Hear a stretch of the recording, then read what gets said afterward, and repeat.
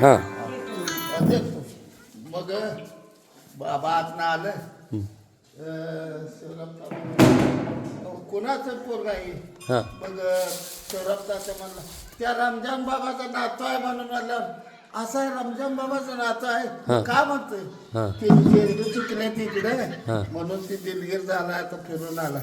तो ती हांड्यात फिराली पासात. हां तिथं 2 ग्लास होतं. बरं जेव्हा म्हणलं तुम्ही प्रसाद घ्या हां शेंडे घालते म्हणलं बाबा. हां मग रामभाऊ हिप्परकर म्हणला बाबाची वाक्या खरी असत्या आणि काळजी करू नको प्रसाद घ्या. हां घेतलं ना आम्ही इथंच बसलो पाणी पिऊन ती टाकी हे करून ठेवूस तर त्या देवळाच्या याला घास शेरडाणी एका मागे एक सगळी आली माझी अनुभव सगळं फिरलो तर शेरड गाव नव्हती.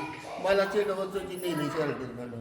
म्हणजे गावात नाही म्हणले हा सगळेजण म्हणले गावात नाही तुमचा शेड. गावात नाही म्हणले. मग शिवराम तात्या म्हणला ती पोर चिरवायला लागली आता देवाला काय करतोस आता. हां हां परिस्थिती जरा ही बी होती. हां तात्या म्हणला त्या पोराला कोण काय म्हणणार का.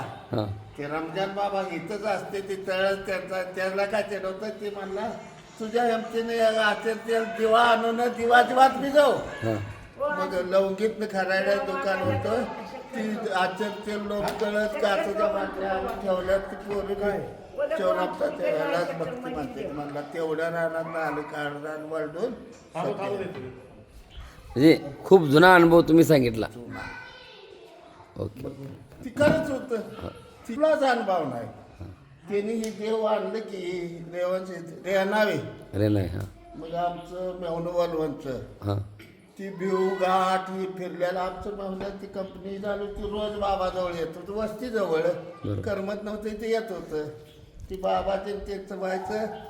तुमचं नाव काय. माझं नाव सिकंदर पठाण. मग ते आमचं मेवणं ह्याचं भिव घाटापासून खरसून नाथ बाबापासून रेवणशिदापर्यंत त्यांनी सांगितलं त्यासनी कथन. आमच्या मेवण्यानं भजनच चालू केलं.